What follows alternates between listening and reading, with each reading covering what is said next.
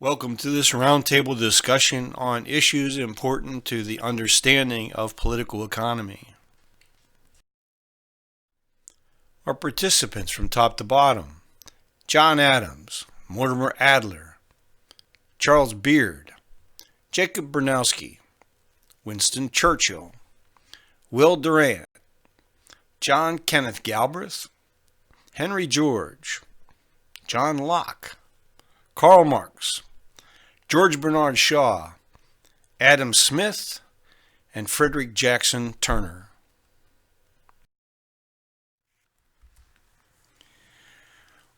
We will begin our discussion by asking Henry George about his long quest to reconstruct political economy into an objective, scientific discipline.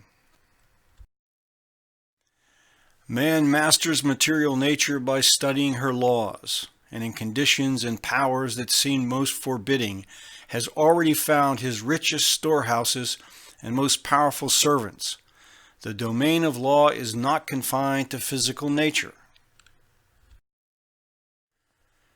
It just as certainly embraces the mental and moral universe, and social growth and social life have their laws as fixed as those of matter and of motion.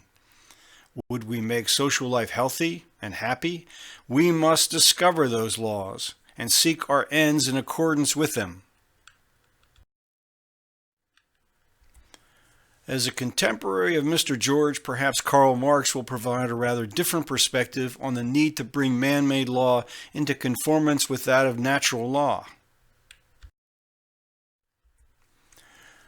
I believe that even when a society has got upon the right track for the discovery of the natural laws of its movement, it can neither clear by bold leaps, nor remove by legal enactments the obstacles offered by the successive phases of a normal development, but it can shorten and lessen the birth pangs.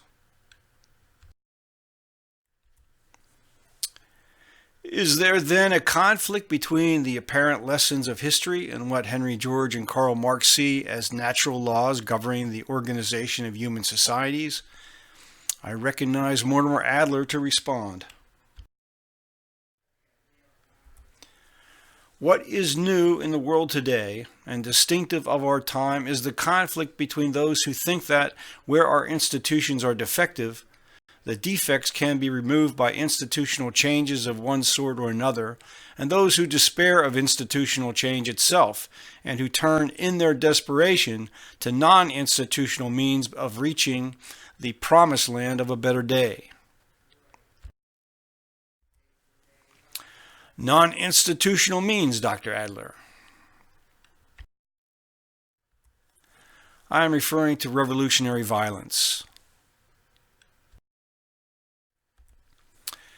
Is the violent overthrow of a society's long-standing laws and institutions morally justifiable, given the loss of life that always occurs? I see that Jacob Bernowski would like to comment. That Jefferson, like Locke, was very serious about the right of revolution is supported by his comment that the tree of liberty needs to be watered by the blood of patriots from time to time. Mr. Shaw, I am sure you have something to add to further enlighten us. Jefferson's perspective aside, heroic aspirations, devoted services, dauntless bravery, unsparing bloodshed are worse than useless when the combatants understand neither what is wrong nor how to set it right. Of course, the perspectives held by a Jefferson, who enjoyed a life characterized by a unique combination of privilege, property, and individual liberty, must differ from those of, say, Karl Marx. Is that not correct, Herr Marx? Such misunderstanding is nearly universal. That bourgeois society in the United States of the mid-19th century was not yet developed far enough to make the class struggle obvious and comprehensible was most strikingly proved by Henry Carey, the only American economist of importance. All he proved was that he took the undeveloped social conditions of the United States to be normal social conditions. And yet, when Henry George was writing, these signs were certainly evident. Does the history of uprisings against those who hold power reveal an explosion of dissent against economic deprivation, against political oppression, or both? I recognize Jacob Bernowski. Emperors go, but empires remain, and as Karl Marx might agree, neither he nor Friedrich Engels in the Communist Manifesto created the revolutions in Europe, but they gave them the voice. It was the voice of insurrection. Is that not so, Herr Marx? Where the working class is not yet far enough advanced in its organization to undertake a decisive campaign against the political power of the ruling classes, it must at any rate be trained for this by continual agitation against and a hostile attitude toward the policies of the ruling classes.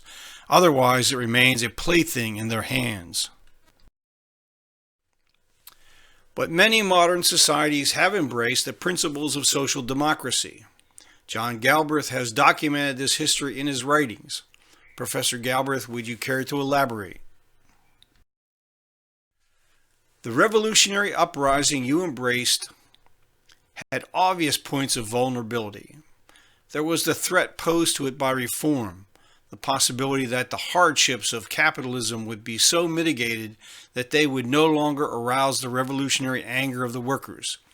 Liberal reformers in the 20th century were in step with much of the Communist Manifesto. Do you concur, Mr. George? Neither the liberal reformers nor those who embrace the perspectives offered by Herr Marx allow themselves to see that his analysis is materially flawed because he fails to properly distinguish between ownership classes, which are productive and therefore advance the progress of society, and those which are non-productive. By its very nature, ownership of capital must involve production in order to generate new wealth. Ownership of land, on the other hand, requires no such ownership activity, only the growth of the community. Mr. George, some have characterized your program to collect the rent of land for public purposes as socialistic. I wonder whether George Bernard Shaw, who credits hearing you speak with turning him into a social activist, agrees. Mr. George does not see that if the state confiscated rent without being prepared to employ it instantly as capital in industry, production would cease and the country be starved. My own reading of Henry George indicates he makes a strong distinction between the role of the community versus that of the state. His reform is best left in the hands of the members of each community, as this makes sense. What many people have come to fear is the power of corporations. Mr. Durant, I see you would like to join this conversation. I do not relish the control of economic lives by vast corporations. To keep the benefits and check the power of these mastodons, I would favor public ownership of natural resources, including the land and all its minerals, fuels, and other subsoil wealth. Such proposals are not new, of course. Herr Marx and other communists and socialists have argued this case repeatedly. Herr Marx? Long before the period of modern industry, cooperation, and the concentration of the instruments of labor in the hands of a few gave rise to great, sudden, and forcible revolutions in the modes of production, and consequentially in the conditions of existence and the means of employment of the rural populations. I suspect most of us here acknowledge how changes in land use, from subsistence food production to commercial agricultural and resource extraction, were fostered by the land monopoly described by Henry George and, of course, Adam Smith. Do you challenge the historical record? I concede to Mr. George that this contest at first took place more between the large and the small landed proprietors than between capital and wage labor. On the other hand, when the laborers are displaced by the instruments of labor, by sheep, horses, etc., in this case, force is directly resorted to in the first instance as the prelude to the Industrial Revolution. The laborers are first driven from the land. Land grabbing on a great scale is the first step and creating a field for the establishment of agriculture on a great scale. We cannot turn back the clock to a time before the great enclosures of the commons and the removal of so many millions of peasants from the land. Mr. George, what would you have us do? I do not propose either to purchase or to confiscate private property in land. The first would be unjust, the second needless. Let the individuals who now hold it still retain possession of what they are pleased to call their land. Let them buy and sell and bequeath and devise it. We may safely leave them the shell if we take the kernel. It is not necessary to confiscate land. It is only necessary to confiscate rent.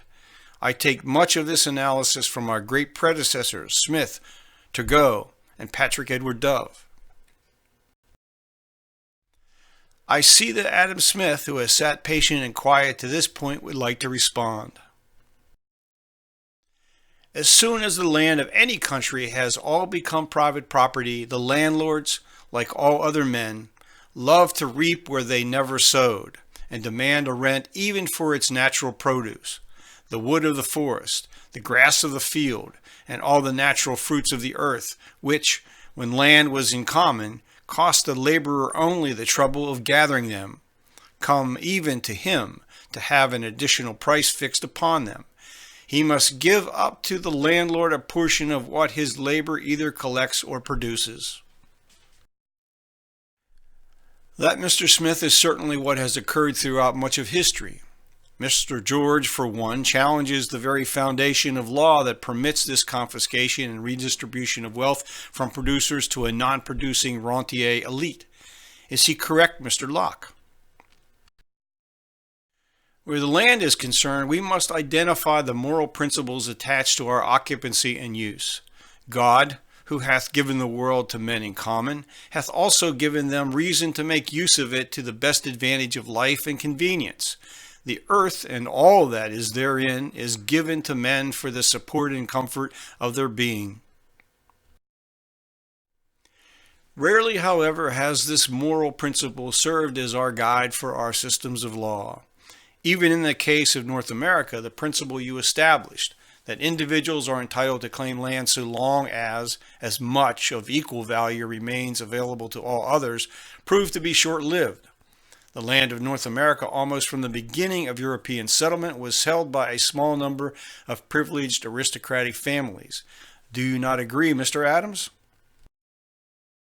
I too believe that property in the soil is the natural foundation of power and authority.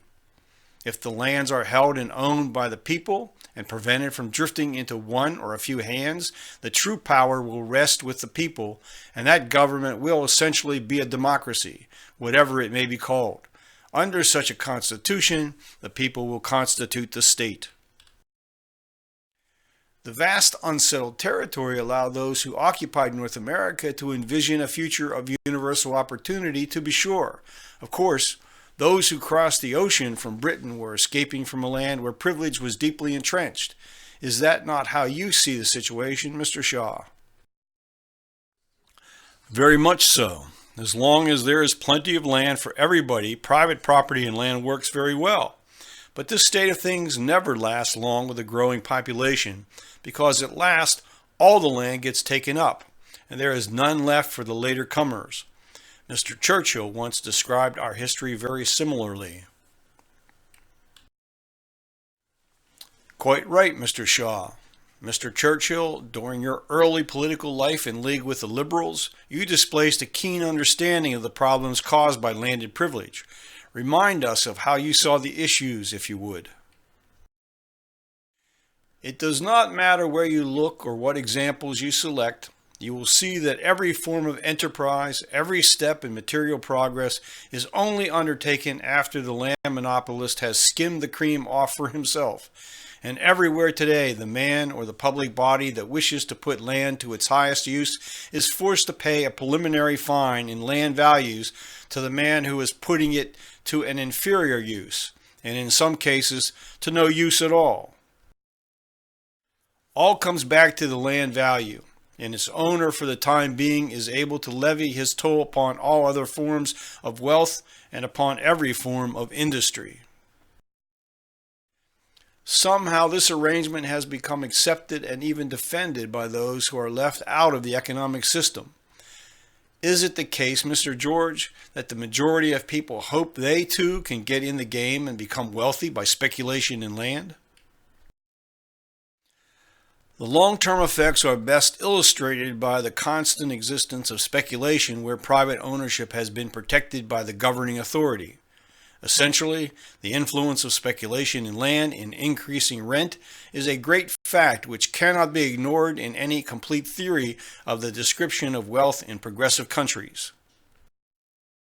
It is the force, evolved by material progress, which tends constantly to increase rent in a greater ratio than progress increases production, and thus constantly tends, as material progress goes on and productive power increases, to reduce wages, not relatively, but absolutely. And yet, Mr. George, a combination of many factors has improved the living standards for every new generation, despite the concentrated control over land and the existence of land speculation. Still, you are certain this cannot continue. What has destroyed every previous civilization has been the tendency to the unequal distribution of wealth and power. This same tendency, operating with increasing force, is observable in our civilization today, showing itself in every progressive community, and with greater intensity the more progressive the community. Surely George Bernard Shaw appreciates this insight. Even long before this happens, the best land is all taken up, and later comers find that they can do as well by paying rent for the use of the best land as by owning poorer land themselves, the amount of rent being the difference between the yield of the poorer land and the better. At this point, the owners of the best land can let their land, stop working, and live on the rent. That is, on the labor of others, or as they call it, by owning. And of course, in the process, creating an ever more powerful and destructive rentier class. Other than the societal collection of rent, is there any other measure to counter this inevitability? Mr. Locke, remind us again of the moral principle you see as governing our claim to land. I have argued that as much land as a man tills, plants, improves, cultivates, and can use the product of, so much is his property. He by his labor does, as it were, enclose it from the common. Such private enclosure is limited to conditions where there is still enough and as good left, and more than the yet unprovided could use. Had this proviso been adopted in North America, the future of its citizenry might have been characterized by less conflict and greater harmony. Do you not agree, Mr. Adams? The balance of power in a society accompanies the balance of property in land. The only possible way, then, of preserving the balance of power on the side of equal liberty and public virtue is to make the acquisition of land easy to every member of society, to make a division of land into small quantities, so that the multitude may be possessed of landed estates. If the multitude is possessed of the balance of real estate, the multitude will take care of the liberty, virtue, and interest of the multitude in all acts of government. That sounds very much like what Thomas Jefferson wrote early on by his vision of a society of self-reliant farmers working the land. Was Jefferson unrealistic, Mr. George? It seems to me that those who look upon the small farmers of the United States as forming an impregnable bulwark to private property and land very much miscalculate. Time has shown this to be true, Mr. George, as the number of family-owned farms has dwindled in many countries. At the same time, agriculture is widely subsidized by price supports and tariffs on imports. Even so, technology has replaced large numbers of farm workers who migrate to the cities to compete for employment there. No society has been able to fully employ its citizens. Is the monopoly of land the primary reason? This strange and unnatural spectacle of large numbers of willing men who cannot find employment is enough to suggest the true cause to whosoever can think consecutively. Is it not the fact that labor is thus shut off from nature, which can alone explain the state of things that compels men to stand idle, who would willingly supply their wants by their labor? Mr. George, your fundamental dogma is that everything would be all right if ground rent were paid to the state. This is a frank expression of the hatred the industrial capitalist dedicates to the landed proprietor, who seems to him a useless and superfluous element in the general total of bourgeois production.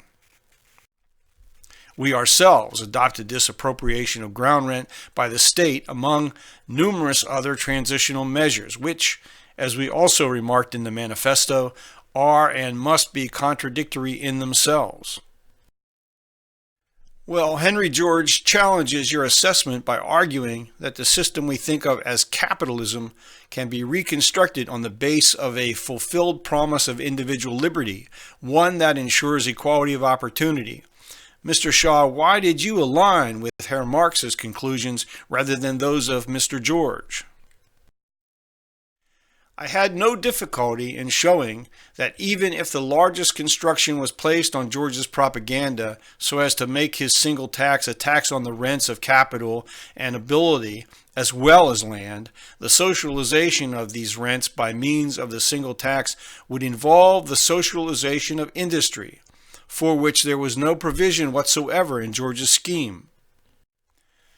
In fact, the single tax was advocated by capitalists who opposed socialism and who saw the advantage to themselves of diverting attention and taxation from their own enormous gains to those of the landlord. Except as a stepping stone to socialism, Mr. George's single tax propaganda is a waste of time. As a Fabian, Mr. Shaw, you still hold faith in democratic processes and institutions, as does Mortimer J. Adler, whose proposals for achieving a more humane type of capitalism have found a degree of support from employers and their employees. Can the problem be solved? I think it can. With every technological advance, the increasing productiveness of capital instruments also makes the solution of the problem more feasible. That solution is based on principles of economic justice which not only respect property rights, but also recognize that each person has a natural human right to participate in the production of wealth through the ownership and application of productive property to a degree sufficient to earn for that person a decent standard of living. Yet you must agree that even with the creation of employee stock ownership plans, we have not even slowed the power of rentier interests to control the sources of what we all need in order to live. There has been only very limited progress toward the form of universal capitalism you and Louis Kelso campaigned for. I think that Henry George would say your proposals fall short of the real objective. Mr. George? We single taxers point to the one sufficient cause. Wherever these phenomena are to be seen, the natural element on which and from which all men must live, if they are to live at all, is the property not of the whole people, but of the few. We point to the adequate cure, the restoration to all men of their natural rights in the soil, the assurance to every child as it comes into the world of the enjoyment of its natural heritage, the right to live, the right to work, the right to enjoy the fruits of its work.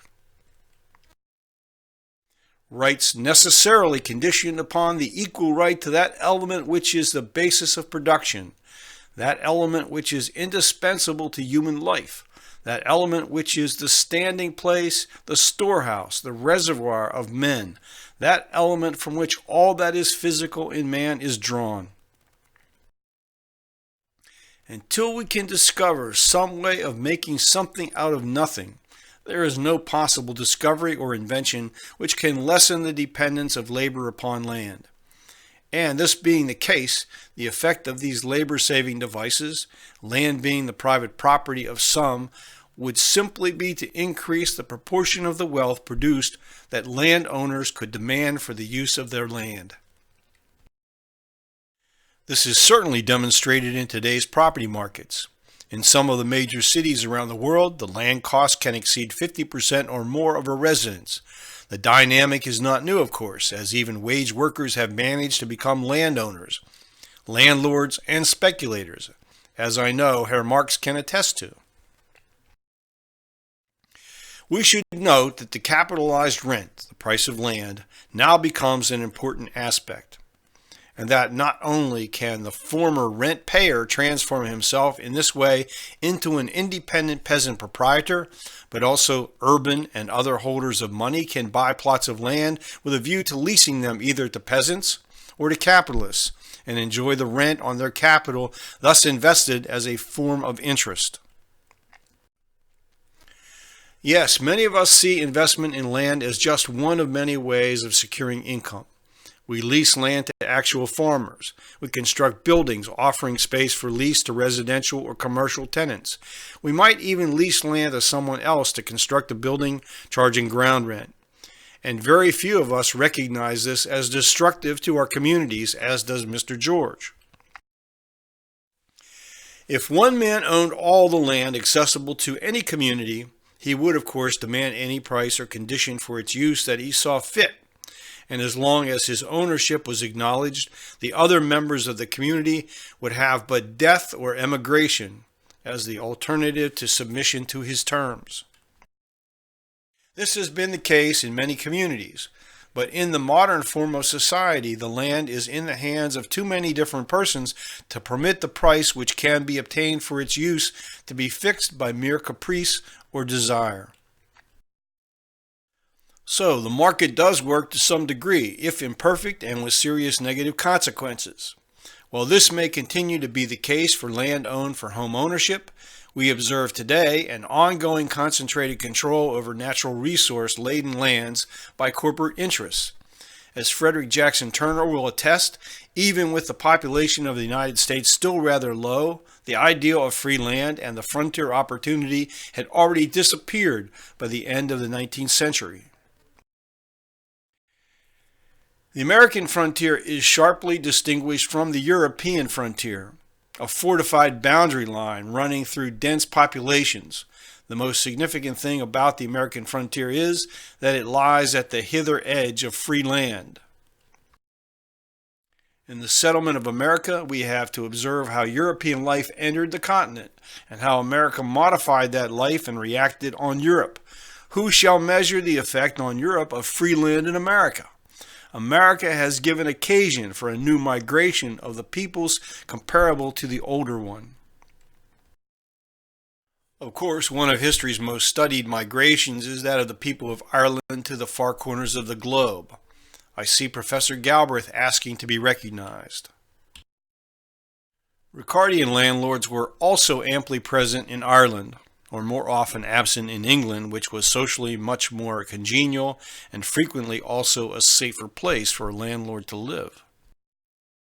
As the Irish population expanded, so did the competition for land, and so did the return that was extracted by the absentee landlords. Grain was grown to pay the rent. Potatoes were grown to feed the people. Even when people starved, the grain was sold and the rent was paid. And in many parts of the world today, people are starving even as agricultural land is reallocated to grow crops for export markets. Mr. George, you toured Ireland extensively and tried to build support for your proposals there. What are your thoughts on the Irish land question?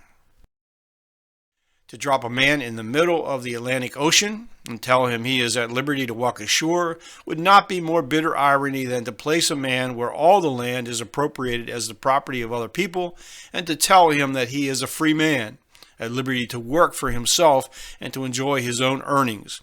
That is the situation in which our Irishman and a worker nearly everywhere finds himself. Yes, to be landless in an agrarian society is to live a short and brutish life. This is certainly borne out by history. Would you not agree, Mr. Durant? We may derive endless instruction from the economic analysis of the past.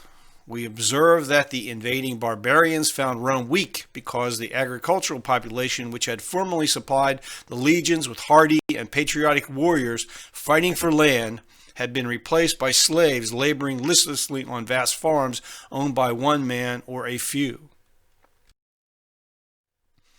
Are the lessons to be learned by how the land was settled in North America different from those of the Old World of Europe or Asia? When we consider the public domain from the point of view of the sale and disposal of the public lands of the United States, the story is in sharp contrast with the European system of scientific administration. Efforts to make this domain a source of revenue and to withhold it from emigrants in order that settlement might be compact were in vain. Perhaps Mr. Beard has additional thoughts on the matter. As population increased along the Atlantic coast, speculation in Western lands was one of the leading activities of capitalists. Large areas had been bought outright for a few cents an acre and were being held for a rise in value. The chief obstacle in the way of the rapid appreciation of these lands was the weakness of the national government, which prevented the complete subjugation of the Indians, the destruction of old Indian claims, and the orderly settlement of the frontier. Most important during the period of settlement of America has been the fact that an area of free land was continually laying on the western border of the settled area. Whenever social conditions tended to crystallize in the east, whenever capital tended to press upon labor there, was this gate of escape to the free conditions of the frontier. When did this situation begin to disappear? Mr. Galbraith? Until the Civil War, and even after, what distinguished the American scene was a spacious abundance, a prospect of income and opportunity for farmer and worker, as well as businessman and capitalist, unimaginable in England or on the continent. If the worker could at any moment express his dissatisfaction by deserting to the frontier, there was not much foundation for a theory of wages. If farmers could own and farm their own land, there was no need for a theory of rent. So, a serious examination of political economy had to wait until land became a scarce commodity. What would account for the intense speculation in land by every generation of Europeans who set forth in North America? Mr. George? In communities like the United States, where the user of land generally prefers, if he can, to own it, and where there is a great extent of land to overrun, speculation operates with enormous power. I feel certain that Frederick Jackson Turner's research confirms this. It is a proposition too plain to require elucidation, wrote Richard Rush, Secretary of the Treasury, in his report of 1827, quote, that the creation of capital is retarded rather than accelerated by the diffusion of a thin population over a great surface of soil, unquote. 30 years before Rush wrote these words, Albert Gallatin declared in Congress that, quote, if the cause of the happiness of this country were examined into, it would be found to arise as much from the great plenty of land in proportion to the inhabitants which their citizens enjoyed as from the wisdom of their political institutions, unquote. Clearly then, the advantage people had in the United States was as much the opportunity to acquire land at affordable prices as the rule of law. We had for our public domain the best part of an immense continent. It had been our boast that here everyone who wished it could have a farm. We have not merely common schools, but high schools and universities, open to all who may choose to attend. Yet here the same social difficulties apparent on the other side of the Atlantic appeared. It is clear that our democracy is a vain pretense, our make-believe of equality, a sham and a fraud. The relative equality of Americans before 1776 has been overwhelmed by 1,000 forms of physical, mental, and economic differentiation, so that the gap between the wealthiest and the poorest is now greater than at any time since imperial plutocratic Rome. Yet within the mainstream of political dialogue, the discussion rarely, if ever, gives serious treatment to the issues we have raised here today relating to land and resources provided to us by nature. We do tax land to some extent, but at a far lower level than its full rental value. What about us, Mr. Shaw, causes us to favor land ownership above other assets and rent above wages? Unfortunately, the ordinary man is an anarchist. He wants to do as he likes. He may want his neighbor to be governed, but he himself doesn't want to be governed. He loathes tax collectors. This anarchism has been at work in the world since the beginnings of civilization. Perhaps Henry George has a different view on the nature of our species. I believe a civilization is possible in which all could be civilized, but it must be a civilization based on justice and acknowledging the equal rights of all to natural opportunities. Well, gentlemen, we have reached the end of our allotted time together. I thank you for your insightful contributions to this discussion. We have perhaps renewed an ancient but essential dialogue on the foundations of political economy.